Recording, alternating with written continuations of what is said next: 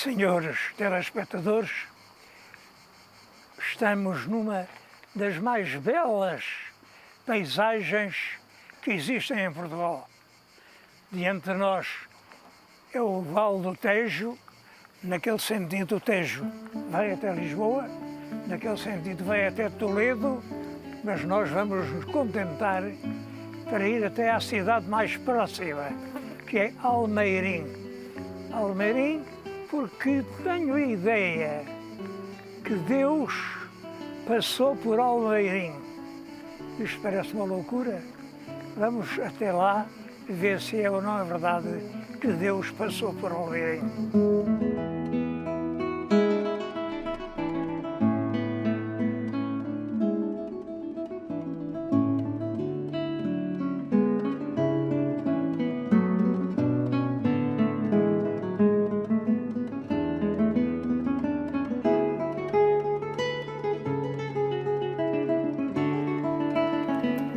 É uma história muito antiga, cada um conta à sua maneira.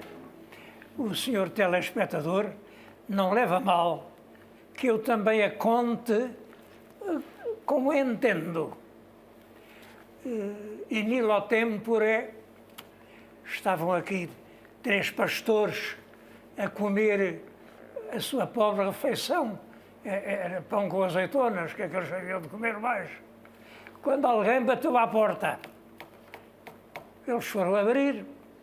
Era um peregrino, um velho peregrino, de olhar doce, maneiras suaves, que lhes disse: por amor de Deus, tenho fome, deem-me alguma coisinha para comer.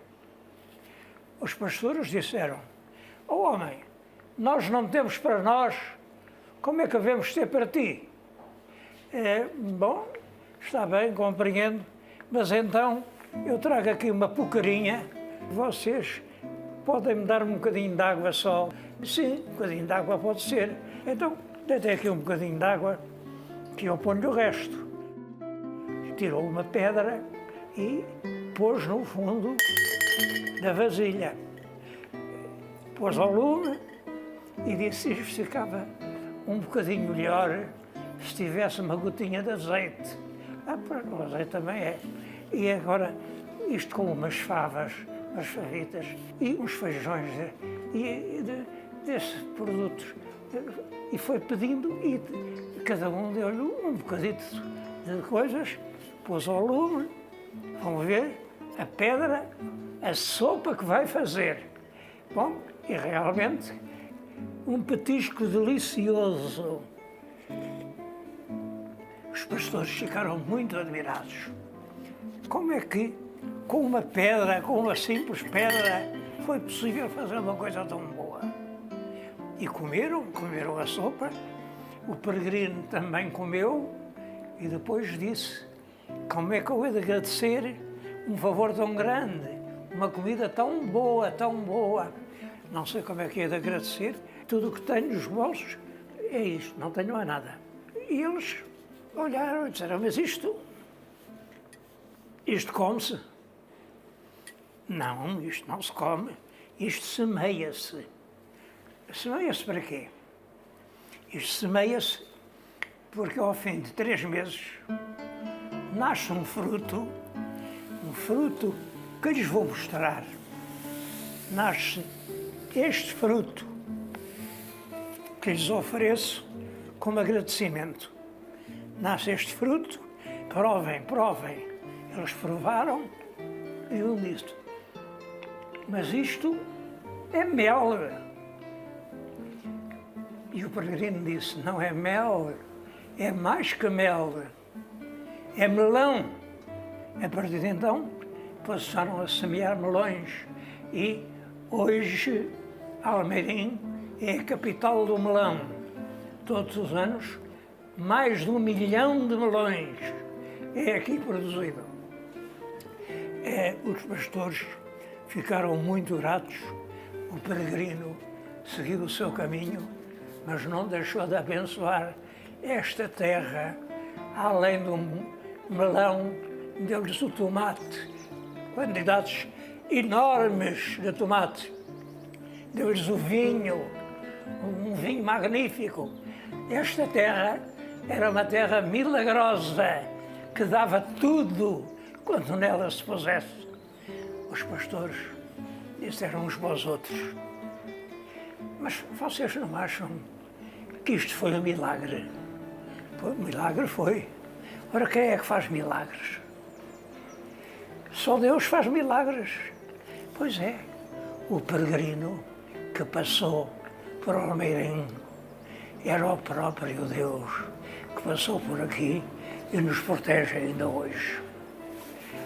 E esta história, não sei, conta-se desde há muito tempo, cada um conta à sua maneira. Eu julgo que a verdade é esta: Deus passou por Almeirim e abençoou para sempre estas terras.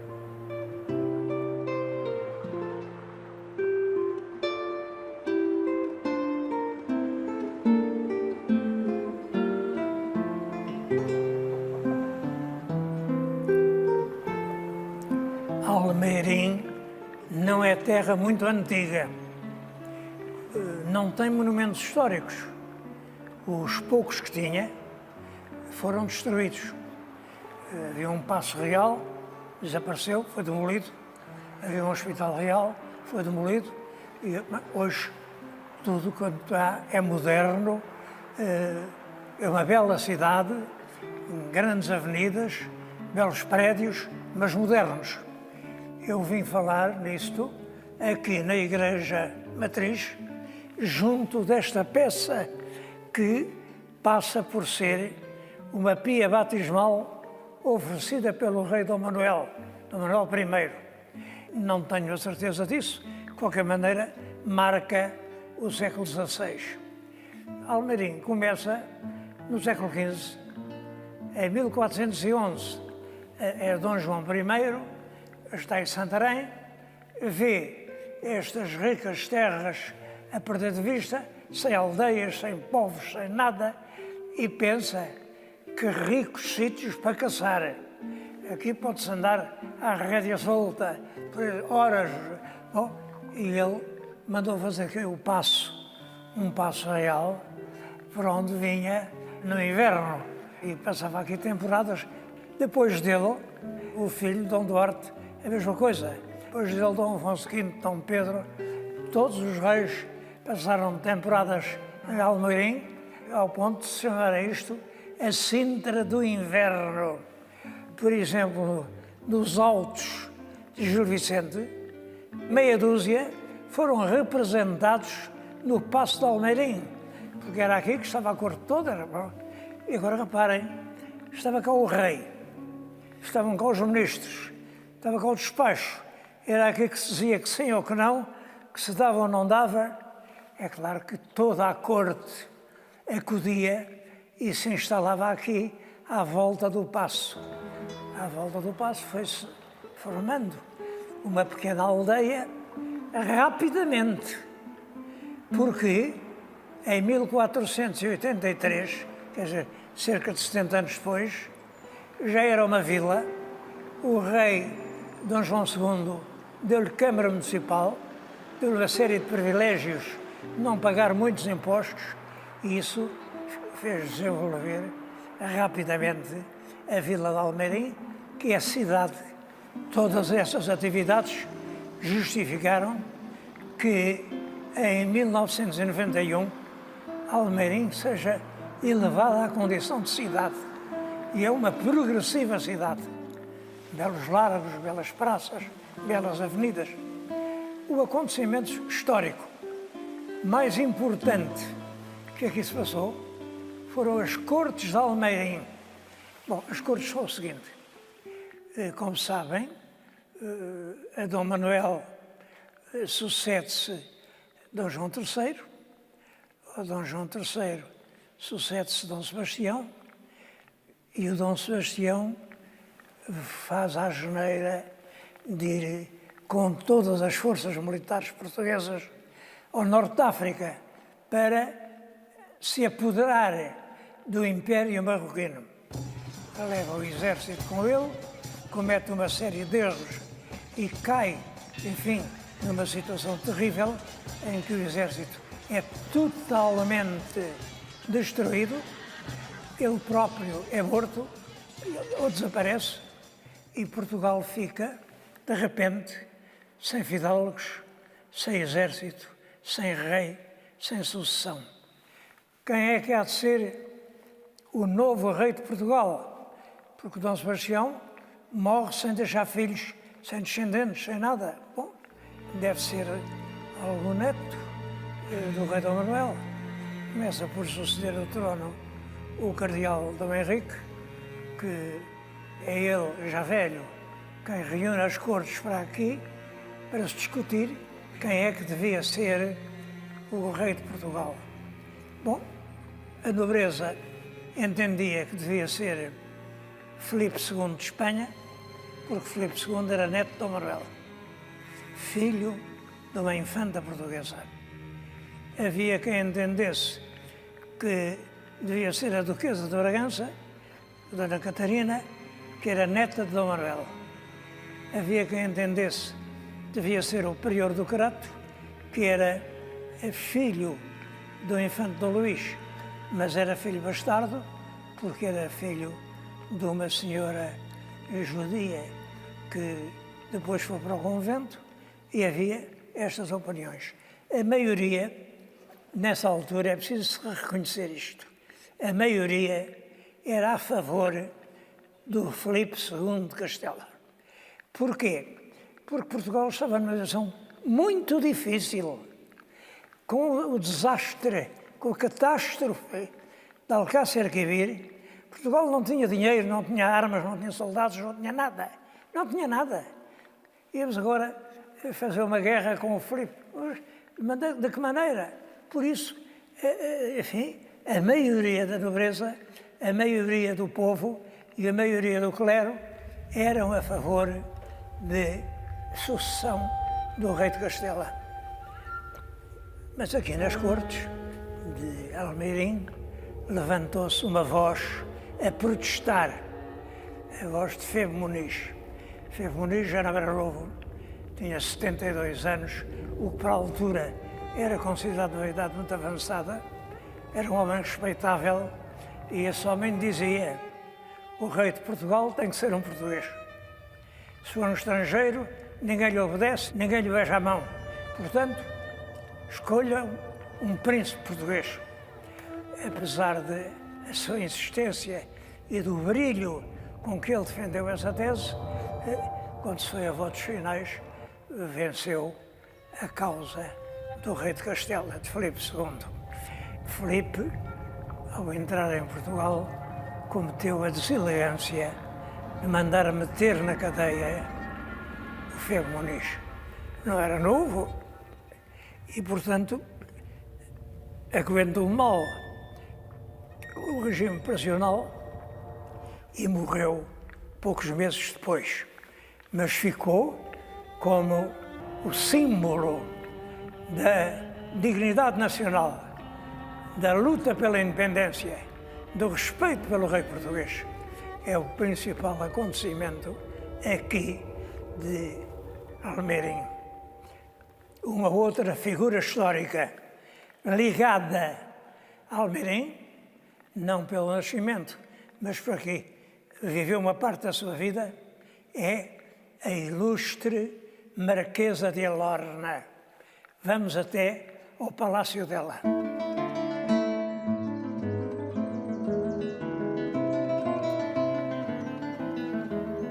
Dos tempos fidalgos de Almeirim, resta hoje pouco.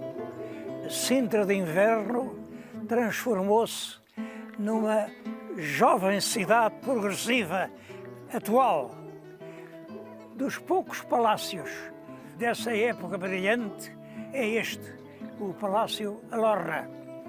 Este palácio é notável tanto pela sua própria arquitetura, é uma joia do barroco português, como pelo facto de aqui ter vivido a Marquesa de Alorna. A Marquesa de Alorna é uma das grandes figuras femininas da história portuguesa. Ela nasceu em 1750, é curioso, o mesmo ano em que Pombal trepa para o governo, e depois, quando houve aquela história do atentado contra o Dom José, quando lhe deram aqueles tiros na carruagem, Pombal mandou prender toda a gente ligada com os Távoras, que ele acusou os Távoras, sem razão nenhuma. Mas enfim, o Marquês de Távora era o chefe da nobreza portuguesa, era o mais importante fidalgo, era o chefe do exército, antigo vice-rei da Índia, bem, não há uma figura. Portanto, destruir os Távoras era um golpe de morte na nobreza portuguesa. Prendeu-os todos e os parentes. Ora, entre os parentes havia uma menina de 6 ou 7 anos, Leonor da Almeida, Portugal, filha do Conde de Assumar, foi presa, foi também presa. O disparate de prender uma criança de 7 ou 8 anos como metida num regicídio é uma coisa que nos impressiona, mas ela foi presa. Foi presa e esteve lá 18 anos na cadeia. Na cadeia era o convento de Chelas. 18 anos sem pôr um pé na rua. Durante esses 18 anos, ela estudou, leu toda a literatura francesa, o Voltaire, o Montesquieu, o Rousseau, o d'Alembert, aprendeu inglês, aprendeu alemão, o que foi importante, porque depois casou com um austríaco que falava alemão e só saiu de lá aos 27 anos. Durante esse tempo escrevia versos muito apreciados, é claro, era a escola da época, já tinha um certo sabor de romantismo, mas era ainda realmente a Arcádia, aquela Arcádia clássica e pesada. São 6 volumes de versos que a Marquesa escreveu, 6 volumes notáveis, é dos principais obras literárias do século XVIII. Chamava-se Alcipe, era o nome da Arcádia, dos pastores. Alcipe é uma das grandes figuras da história portuguesa e acho que não tem sido tratada com a justiça que merece. Resistiu ferozmente às ordens do Marquês de Pombal. A certa altura, o Marquês de Pombal mandou lá o arcebispo de Lacedemónia a dar-lhe ordem para cortar o cabelo. Ela tinha uma linda cabeleira. E ela disse, não corto. Para mudar de vestido, para ter uma roupa mais popular, menos luxuosa. Ela disse, não faço. Eu não sou freira, não tenho nada que obedecer. A verdade é que aguentou-se até que, em 77, Pombal saiu do poder por morte do rei Dom José e a rainha, no dia seguinte, mandou pôr em liberdade toda aquela gente, todos os prisioneiros de Estado, que eram muitas centenas. Só em Lisboa havia 800. É uma coisa, é um reinado de terror. As pessoas esquecem-se disso. Sai a jovem condessa, 2 anos depois casou com um aristocrata austríaco, um conde, irmão do conde Schomberg-Lippe, aquele que veio a Portugal reorganizar o exército. Casou com ele e depois viveu muito, viveu até aos 89 anos, sempre em missões diplomáticas da maior importância. Ela realmente teve, e em toda a parte, se fazia amar por toda a gente. Pintava extraordinariamente bem. Quase toda a sua obra está destruída. Estava na Galeria Dom Luís, do Palácio da Ajuda, e ardeu naquele pavoroso incêndio de 74. Arderam 500 quadros. Ora bem, esta figura tem sido maltratada pelos historiadores portugueses. O melhor livro que há sobre ela é a Marquesa da Lorna, do professor Errânia Cidade, A universidade, com o seu forte talento, conseguiu pôr em pé a figura da Marquesa da Lorna. Apesar disso, fazer o elogio da Marquesa é, de certo modo, diminuir o elogio de Pombal. E por isso a Marquesa não tem a glória e o prestígio e o culto a que tinha direito. Não existe, por exemplo, em Portugal, nenhuma estátua da Marquesa da Lorna, nem sequer aqui, nesta terra de Almeirim.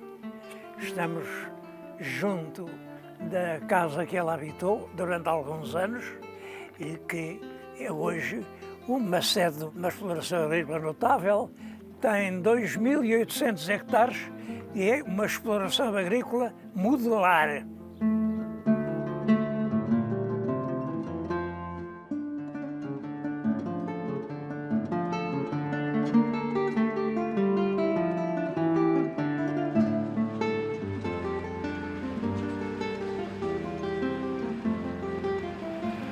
Já falei na sopa de pedra, falei num milhão de melões, mas ficou muita coisa por dizer.